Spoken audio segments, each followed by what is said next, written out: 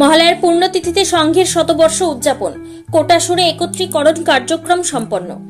রাষ্ট্রীয় স্বয়ংসেবক সংঘের শতবর্ষ পূর্তি উপলক্ষে বীরভূমের কোটাসুর ফুটবল মাঠে অনুষ্ঠিত হল এক বিশেষ একত্রীকরণ কার্যক্রম। কলেশ্বর খণ্ডের পক্ষ থেকে আয়োজিত এই কর্মসূচিতে পূর্ণ গণবেশে অংশ নেন প্রায় 150 জন স্বয়ংসেবক। শুধু তাই নয়, মাতৃশক্তি এবং বিভিন্ন অতিথিদের উপস্থিতিও ছিল যথেষ্ট লক্ষণীয়।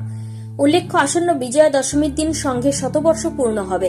সেই উপলক্ষে পশ্চিমবঙ্গ জুড়ে মহালয়ার পূর্ণতিথিতে সংঘের তরফে আজকের এই একত্রীকরণ কার্যক্রম পালিত হল।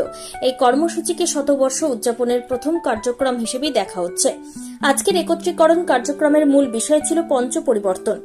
এর অন্তর্ভুক্ত ছিল সামাজিক সমরসতা, পরিবেশ সংরক্ষণ, স্বদেশী, পরিবার প্রবোধন, নাগরিক কর্তব্য। এই 5টি মূল মন্ত্রের মাধ্যমে সমাজ পরিবর্তনের বার্তা ছড়িয়ে দেওয়া সংঘের অন্যতম লক্ষ্য বলে জানানো হয়েছে। এদিনের এই কর্মসূচি ঘিরে কোটাসুর অঞ্চলে উৎসাহের আবহ তৈরি হয়।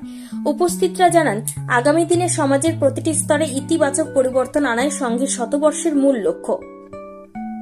Bureau report, Tarapith.